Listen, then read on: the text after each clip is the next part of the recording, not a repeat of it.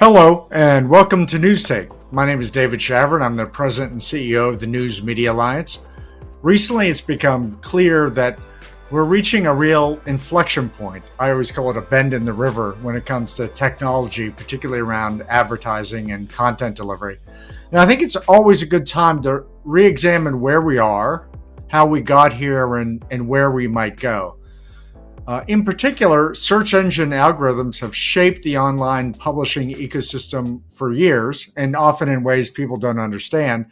And determining what content audiences see, also how they consume information and where they spend their money and share their data. It is vital that we understand how these systems work, how we might benefit from them, or understand how they're not benefiting us. And to that point, I'm really excited to be joined today by Rand Fishkin. Rand is co-founder and CEO of SparkToro, a software company that provides unique audience research and insights, aggregating from tens of millions of verifiable public social and web profiles. He makes channels outside of Facebook and Google accessible to everyone. Rand started SparkToro in 2018 with Casey Henry. Prior to that, he was CEO of Moz, where he raised 2 rounds of funding, led 3 acquisitions and a rebrand. From 2007 to 2014, he grew the company to over 130 employees, more than 30 million in revenue, and web traffic to cover 30 million visitors a year. He's dedicated his professional life to helping people do better marketing through his writing, videos, and speaking, and his book, Lost and Founder. Rand previously co-contributed to 2 other books, Art of CEO and Inbound Marketing and SEO. He's been profiled in the Seattle Times, good member of ours, by the way, featured in Puget Sound Business Journal's 40 Under 40, named to Business Week's 30 Under 30, written about in Newsweek, The Next Web, Inc. 500, and really hundreds of other publications. Rand, thank you so much for being here today. We really, really appreciate it. Thanks for having me, David. Great to be here. Tell us a little bit about your story. How did you, where you're from? Tell us, your progression in your career, and frankly, how you got into this, incredibly interesting and somewhat strange business of, marketing and technology. Sure. Yeah. So I'm from Seattle, Washington, out here in the Pacific Northwest, and dropped out of the University of Washington in my senior year, just a few classes away from graduating, to start working with my mom, Jillian, who was my co-founder on the company that became Moz. And initially that was a, web design business, and then an SEO consulting business, search engine optimization, then became a software company, which I led for many years. As you mentioned, David, raised some rounds of venture capital, which comes with a lot of pressure to grow very quickly and show certain kinds of metrics and returns. Yep. We were relatively successful for a long time, growing 100% year over year for 7-8 years in a row. I actually had a deep bout with depression in 2014 and stepped down from the CEO role. I stayed at the company a few more years, but continued to have struggles and challenges with the new leadership team. Yeah. And left the company in 2018 and started SparkToro the very next day. Wow. So that was quite a journey, but definitely an interesting one. And for SparkToro, decided that I wanted to, I had a non-compete with Moz, which meant that I could not be in the search engine optimization space at all anymore, which was fine. I think it was an interesting time to move on regardless. And so, Casey and I, my co-founder and I at SparkToro, had this idea that we could, by crawling and indexing public social data, public profiles from people across, LinkedIn and Twitter and Facebook and Reddit and YouTube and all the others, that we could build very interesting data sets around anyone on the web, any describable group of people. So if you were interested in science fiction authors in Canada, and you wanted to know what podcasts they listen to and what YouTube channels are they subscribed to, what websites do they visit, who do they follow on social media channels, what press do they read? Well, that's really hard information to get. You could survey an interview, but those answers are not great. No. But if you visit someone's YouTube page, it'll show you all the YouTube channels that they subscribe to, assuming their profile is public. Yeah. If you go to their Twitter page, it'll show you everyone that they follow. If you go to their Facebook, it'll show you every group they're part of. If you go to their Instagram, it'll show you what they follow there. And you can see the hashtags that they use. You can see the words and phrases they use to describe themselves and their about and their profile. And this is the data that if a profile is public and if Google can crawl it, then SparkToro can crawl it as well. We aggregate and anonymize that information and then make it searchable. This company has been running, just about 4 years, although the product's only been live for 2. And we're building it in a really, really different way. So whereas Moz was, venture backed, very much hyper growth focused, not a lot of sleep, definitely a lot of 20 and 30 somethings pounding their brains out. This business is the opposite. We take a chill work approach to our jobs, and we have a sort of a mandate that we don't want to worry about having to put in more than 30 hours a week. We can if we want, but we try not to. There's only 3 of us. It's a tiny little team, very little management overhead, and a super different approach to the business of building a tech company. That's so cool. I want to ask you about the chill work approach, by the way. There's been some articles about that. I thought it was really interesting. Yeah. We're going to talk more about that. Although, also, I want to pause and say thank you. I mean, talking about personal struggles at times in your life is really important. It's really important for all of us, and we have to normalize our collective capacity for doing that. So I just want to stop and say thank you for doing that. That's really important for all of us. Getting back to the business, let's talk a little bit about algorithms and how they function now and how they used to function. Frankly, for all of the public discussion or Twitter discussion about algorithms and algorithmic implications, I actually think that, they don't get talked about enough at some core level. And I can talk about the implications for news publishers, but just talk about the evolution of how you've seen, how Google has changed over time. Have you seen the evolution of all of the decisions made in for how to serve you content? Or it could be anybody, but how individuals are exposed to content, and how that's frankly just changed over the course of your career so far. What have you seen in terms of how algorithmic processing has changed? Sure. There's a tremendous amount to go through here. I think the short version that's most salient and probably interesting for news publishers is to think about the 2 major powerhouses. Let me amend that. 3 major powerhouses of the web that control an overwhelming proportion of our traffic. And that is Google. It's then Facebook and the other social media networks and platforms. That would include places like Twitter and LinkedIn, which are particularly important in B2B and for journalists themselves. And then places like TikTok and Instagram and others. And then the third one is what I would call content networks. So Reddit has become a content network and one of the biggest sites on the web. YouTube is one of the largest traffic drawers on the web, and clearly a content network, more so than a social network. And those 3, right, if you sort of divide them up, really own and control the vast majority of information sharing, information consumption, entertainment, news as entertainment, fighting with other people about the news as entertainment, those sorts of things. And I think the algorithms can explain a lot, but even more important than the algorithms are the incentives. So the incentives, when I started in this business, I'm sure, when you and I were a little less gray, were very different from how they are today, right? Google expressly stated, the Larry Page and Sergey Brin, right, in the early years of Google, they talked about how important it was for people to come to Google and then get off of Google.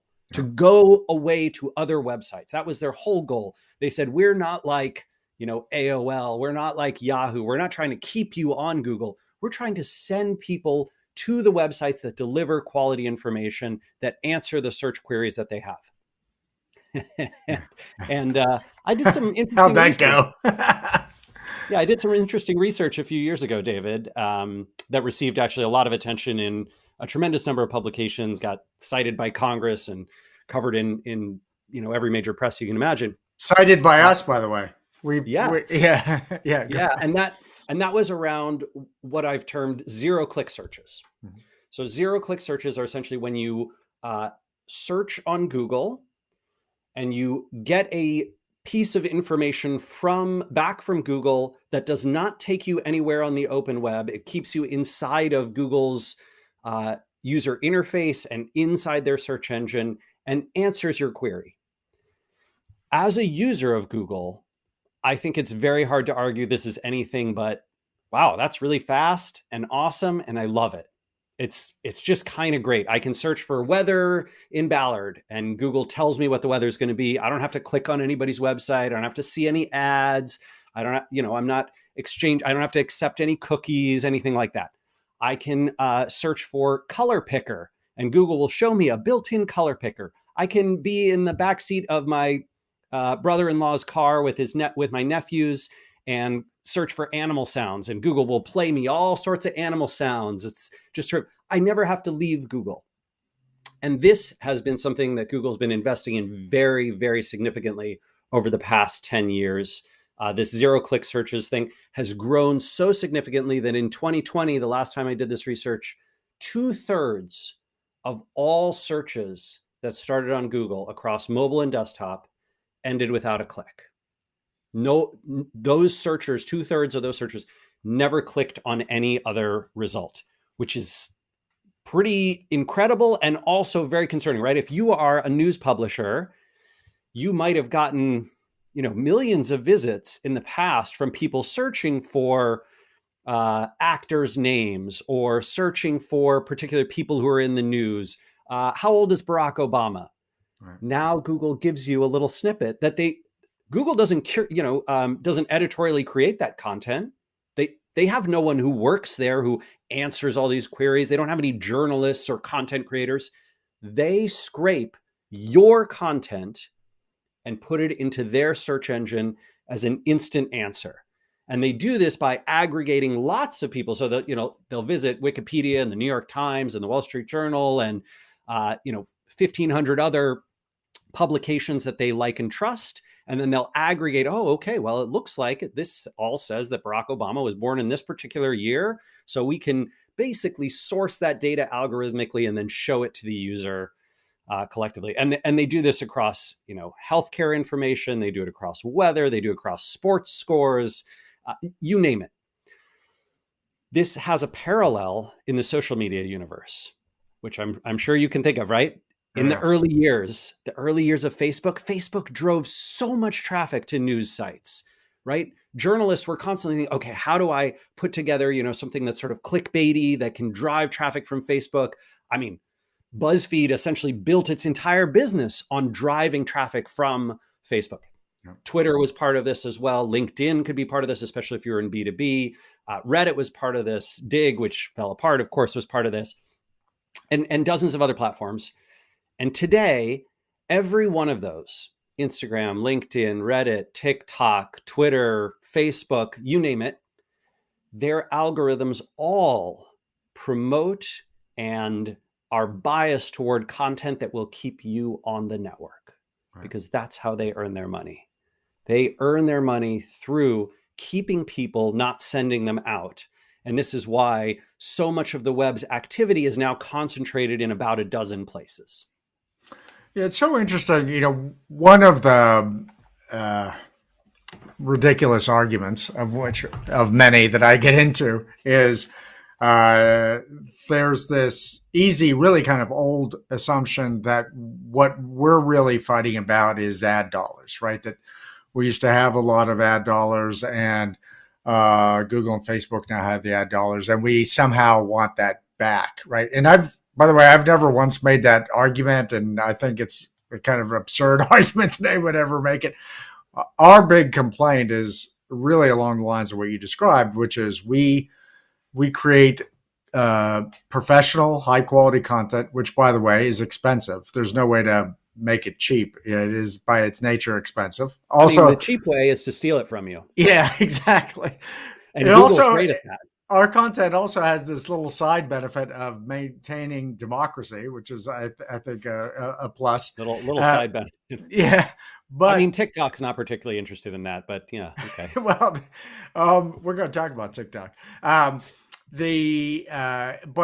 and then that content is then put through a meat grinder of it is scraped. It is used to answer queries with no click searches, as you describe. The data of our customers is taken from around it. It's been used for stuff like natural language training on, That's right. which was, by the way, never licensed use of our content.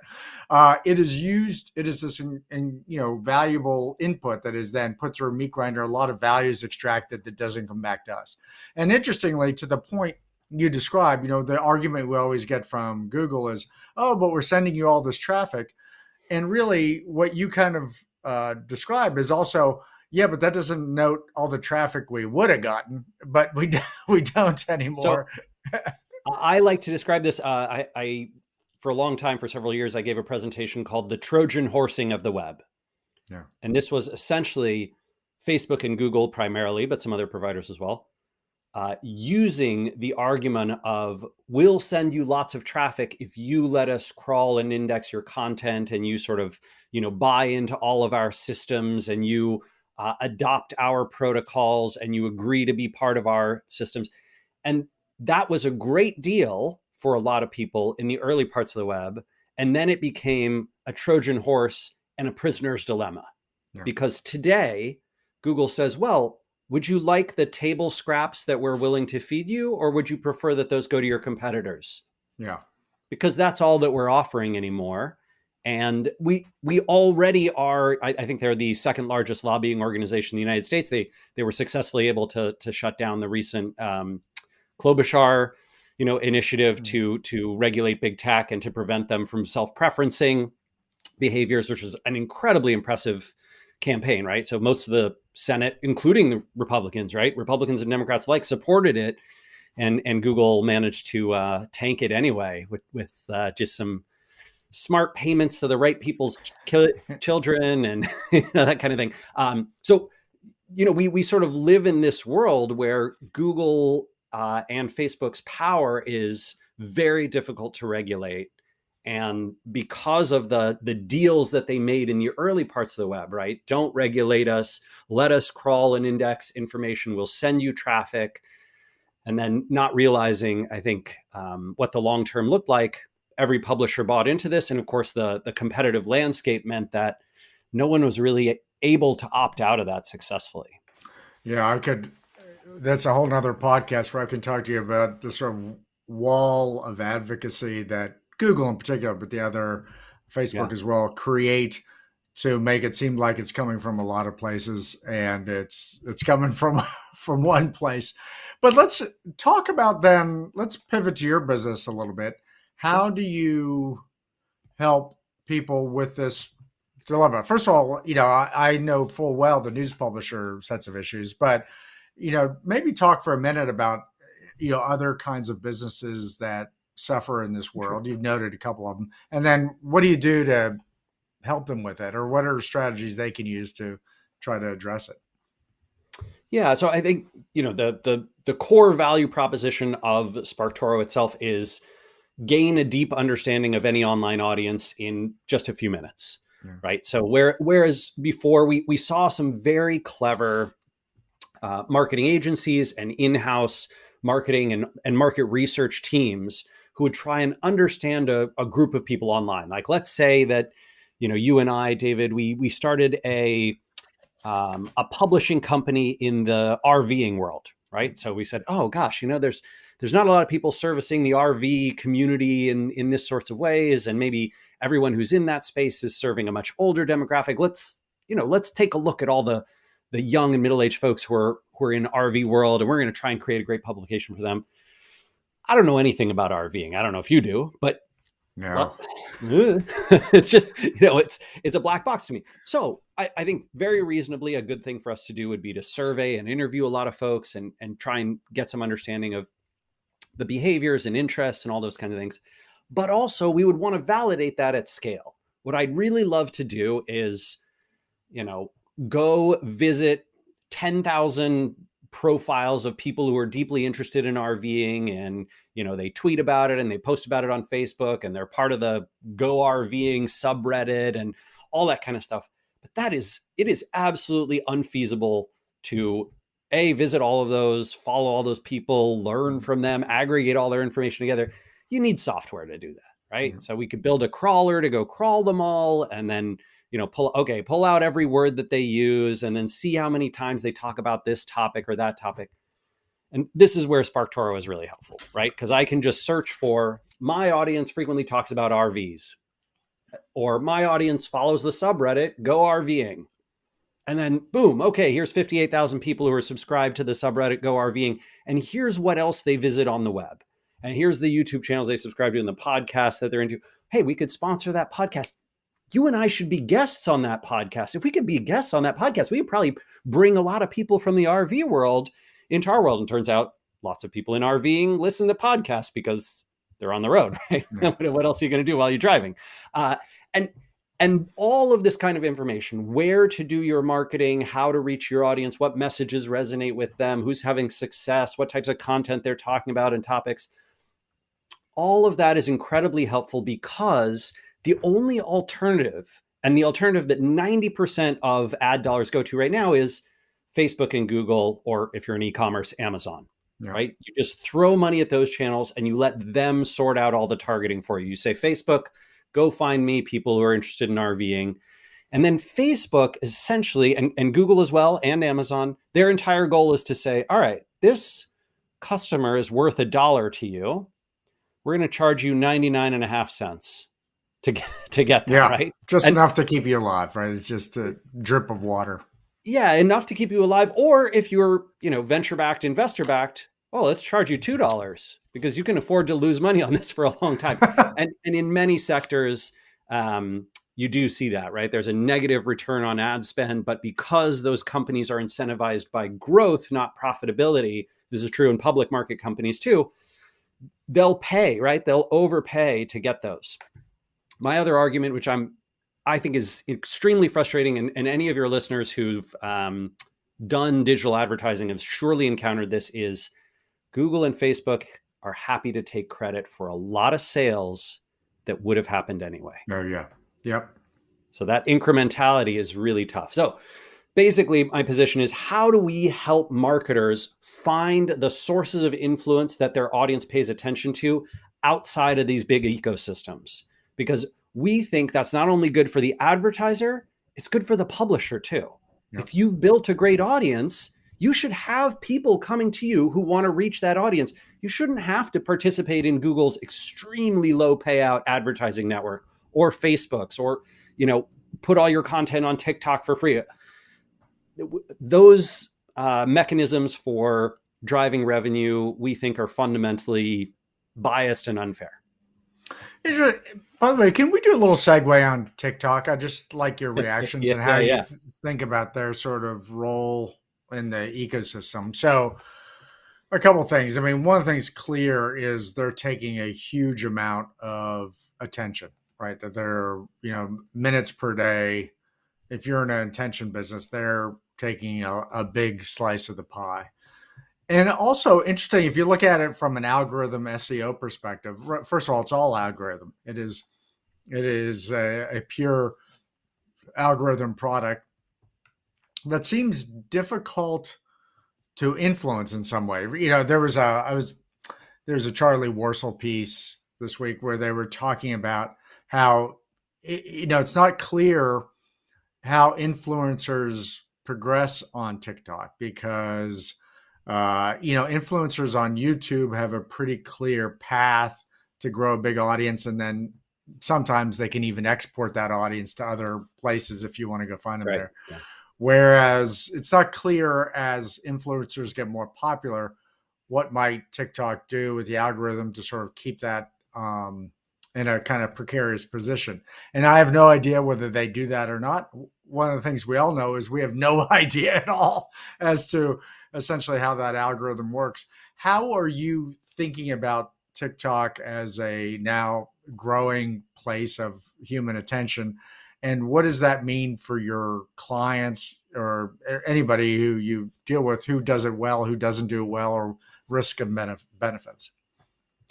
Yeah. So let's see. Interestingly, I think of TikTok, and I think that a lot of people who study it think of it currently as an entertainment network more so than a content or social media network. So it is the place of the social networks. It is the place where almost no one follows friends or Yep. family or people that they know personally.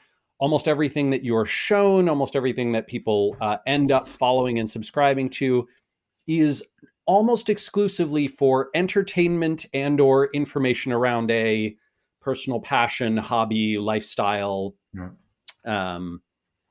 Set of interests. So things like the classic things that built the sort of influencer world on Instagram: fitness, travel, food, health, those sorts of things, beauty products, those sorts of things.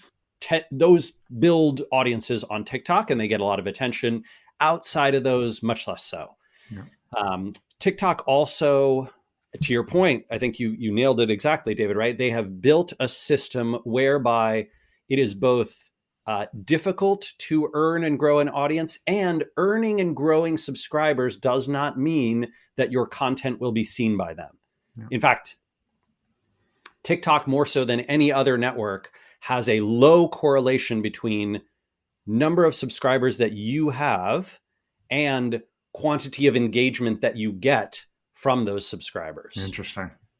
So the value of building an audience on TikTok is actually much lower than other platforms. And that includes Facebook, which is a very low reach type of place. If you have lots of followers of your Facebook page and you post stuff to it, on average, I think Rival IQ, which is a company here in Seattle, they sort of study and average out tens of thousands of pages and how they perform across social networks. I believe it was 0.05% is the median engagement rate on Facebook. So, wow. Yeah. If you have 1,000 fans of your Facebook page, on average, 5 of them will engage with any given post, and maybe 50 will see it. It's really bad, and TikTok is even worse. Fascinating. So, I think as someone who's interested in how do we help publishers grow audiences, how do we help marketers find places to reach their audience, to be honest, SparkToro has stayed entirely away from TikTok, and not just for this reason. I also have deep concerns about TikTok's ownership and the incentives and motivations of the parties that own TikTok and what their true goals are. You could see a story this morning, right, that TikTok is losing an extraordinary amount of money growing as fast as they are and trying to, become an addictive product to most of the Western world. I'm not quite clear, right? They don't function in sort of a classic, like I know what Mark Zuckerberg wants. Yeah. He would like to make more money, right? And generally speaking, he would like Facebook to be a leader in its space, to make the most money it possibly can, to grow as fast as it can. And he would like to keep the United States and most Western democracies functioning as they currently are in order to see his goals achieved. And I think TikTok's owners have neither of those goals. And so I have my, sort of existential concerns about, is that a good place to be participating? Is it a good thing to be a part of? Do I want to, be reliant on their data to power our product? Right now, the answers for me are no. Yeah, it's so interesting. I was at Code Conference a couple weeks ago, and there's a lot of discussion about TikTok, and a big part of it was, again, just the clarity of how much attention is going to the product, which startles people who are Yeah. in the attention business, right?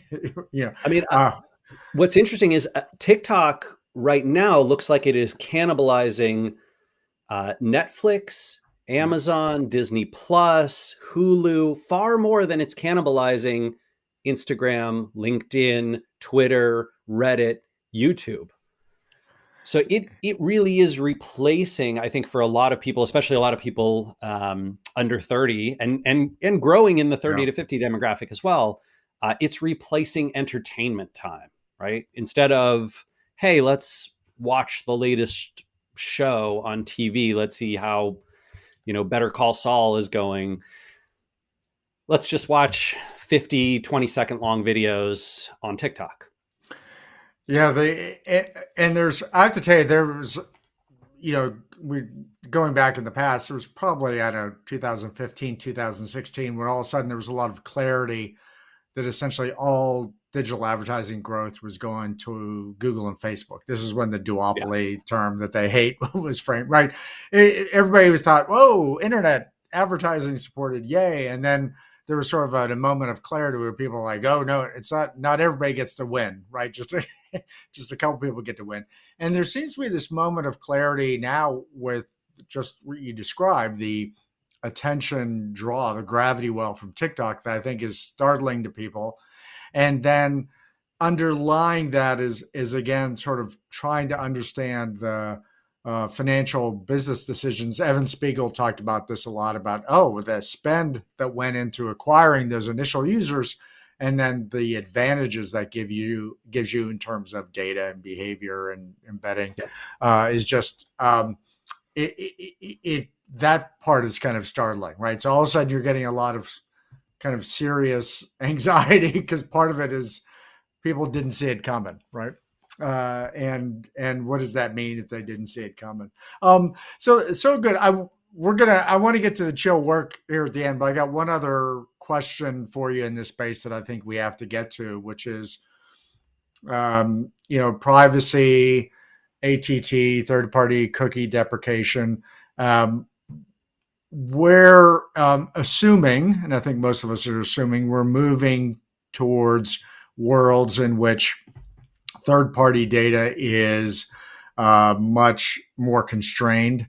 And there's which as a corollary, by the way, puts a big emphasis on quote unquote first party data and who gets to claim that. Google always likes to claim that all data is their first party data, but who gets to claim that and the values attached to it? But there's often a set of complaints that small companies, small publishers, small enterprises are disproportionately hurt by this. I'm not sure I buy that argument myself, but I'd be really curious as to how you think about sort of where the trends are in terms of data and privacy and how that plays out for enterprises of all sizes. Yeah. Yeah. So let's see. First off, I think the death of cookies has been a little bit overblown. We've been talking about it for 5 or 6 years now. Yeah, Google they never seem to die. no, and I don't think they will. I think the name will change, but the functionality will remain extremely similar because there's too many billions of dollars of ad revenue, especially in retargeting and follow people around the web and being able to aggregate their behavior and knowing what they're going to do.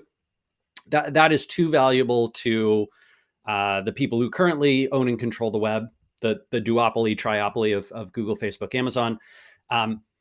One interesting thing is that's happening right now is that Apple has taken away a lot of cookie data and tracking data, especially from Facebook, but from Google as well. And of course, they've turned that into Apple's own advertising business. So in the years to come, Apple will soon have an incentive as well to maintain this trackability, as opposed to the sort of privacy push that they've claimed to be on, which was never authentic and never came from a good place. I think if you trust a big tech company to be interested in your privacy, you're, oh man, I got a bridge to sell you. And the the interesting thing about this from a publisher standpoint is every change around this, where essentially I wouldn't say cookie data or tracking data is going away. It's just going to exclusively big tech and not to you, right? So they're taking away, years ago, Google used to tell you all the keywords that sent you traffic, Right. and you could do lots of useful, wonderful things for the web and for users with that data. I can't think of there ever being a privacy concern that actually ended up being meaningful or salient from that, despite, working for 17 years. But Google claimed it would be a problem, and so they took away the data unless you pay them, right? Unless you pay. if you're buying Google ads, then they're happy to tell you, oh yeah, well, this person came with this keyword, they clicked on this ad, they landed on this page, they transacted here. So I think that what's important to realize is that the value of first party data, zero party data, owning and controlling your tech stack, being able to collect an email address and having users log into your website, and using that information to power a lot of your content, your marketing, whatever conversions you're trying to seek out. That value continues to increase. And it's frustrating to me that a lot of business owners of all kinds are letting other companies control this, right? They're putting all their content on, hey, you know what? We'll just let Google figure this out. We'll let Facebook figure it out. We'll let TikTok figure it out. We'll put all our content in all these places. We know we won't be able to track things. I'm not sure that's the right balance. To my mind, the thing to do is invest even harder on all the things that exist on your own website, own and control as much of your traffic as you can, and focus on email. Email is the one protocol that over the last 25 years has remained in the hands of small business owners and publishers. Yeah, really, really good, really thoughtful. So, as we end here, tell us a little more about chill work, your whole theory Sure. about that, and how how we should think about applying that every day. Yeah. So my experience, David, from the venture-backed world was I had what I thought were very good investors, very empathetic, thoughtful, kind, friendly. I think they're good people, but they exist in a universe of incentives that don't align with my personal philosophy and what I want to do in life. And that is, essentially the model of venture capital and venture investment, and almost all the angels who participate in the venture ecosystem is, let's invest in 1,000 companies. 950 of them are going to die trying, right? All their employees will be laid off. The founders, won't make them any money at all. Maybe a micro acquisition, and then a few of those companies, maybe another 45 will do okay. They'll make between, I don't know, 3 and 5 times their money back. And then we'll have a few what they call home runs, right? Big companies that become, market dominating forces, monopolies in their spaces, push out all the other competition, grow rapidly enough to be worth, billions of dollars. And that's going to make the whole portfolio. That makes up for all the losses. And I hate this model from a macro standpoint because I don't want to see a few winners and lots of losers. I want a lot of medium scale winners, right? That's what I think helps create a robust, healthy economy, one that can, endure lots of ups and downs, one where there's lots of opportunities for employment and for people, one where there's lots of safeguards, where labor has as much power as capital, or at least more power than they have today. Yeah. And I don't want to see a world dominated by a few monopolies. I think that's a bad thing for democracy. It's a bad thing for capitalism. Even if you love capitalism, which I like parts of it, there's parts I like. And so my broad position is that that's not for me from a macro perspective. And then from a micro perspective, I mean, David, if you and I start a company, I want to know that our odds of success are not 1 in 1,000. Yeah, that's just awful. Going in realizing that and more realistically, I should say 1 in 100. It's not quite that bad, but still, I don't want to see 99 founders. Yeah, it's its own constraint on innovation, right? That So The times when innovation is greatest is when there is high market competition, lots of people vying to do the same sorts of things. And that requires not a model of one monopoly dominating a space. So yes, from a micro perspective and from a macro perspective, none of these things are things that I want. And this feeds into the philosophy that we have around chill work, because what we want to build is a profitable, long-term, high odds of lasting decades business. And that means I can't do what I did at Moz. I can't work crazy hours and insanely hard for, whatever, 12 or 13 years and then burn out to the point where I'm so depressed that I'm coming to the office and ruining the mood for my entire team, and having terrible thoughts and tanking my own business. I can't. I need to operate in an environment where for the next 20 years, I love getting up in the morning. I love the job that I do, and I do it 4 or 5 hours a day, if I need to. And if I need to go on vacation and take a break from it, that works great. And my co-founder needs that too. He's sort of the primary caretaker for his 2 daughters. His wife works full time out of the home. We both work remotely. And because of that, Casey can be like, hey, I'm taking a laundry break, right? Like, I'm going to do laundry. I'm going to clean the dishes. That's fantastic. That is a life that I think technology enables. There's no reason Moz couldn't have been that, except for the incentives of our funding structure. And there's no reason SparkToro can't be that. So the idea with SparkToro is we raised money. I didn't have the funds to, fund it myself. So we raised money from 36 angel investors who put in 1.3 million. And our goal is pay our investors back, which we're actually just about to do. We're only a few months away from paying them back, which is incredible. Great. And then we all get to participate in profit sharing to the degree of our ownership in the business for the next 20 years, I hope. Right? We never have to sell the company if we don't want to. We never have to be $1 billion company. My hope, David, is that if you invested in SparkToro a few years ago, next year you get your money back. And the year after that, you get 50% of your money back again. And the year after, another 50%. And then again and again and again. If you think about the stock market, right? If you have I don't know if you have a stockbroker or you do stock trading or whatever, but there's growth stocks and then there's dividend stocks. Right? You put money into whatever, 3M, and they pay you a dividend on your investment every year. Where is that in the startup world? Why doesn't that exist?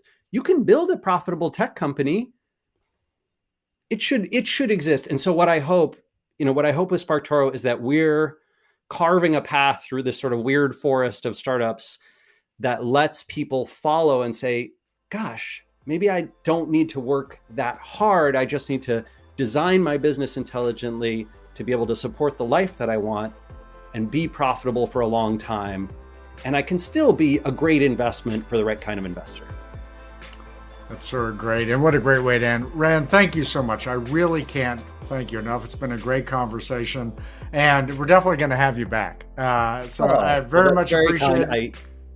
I can't wait, David. I love chatting with you. I love talking about this stuff. You can tell I have a lot of passion around these subjects. Absolutely. So please, anytime.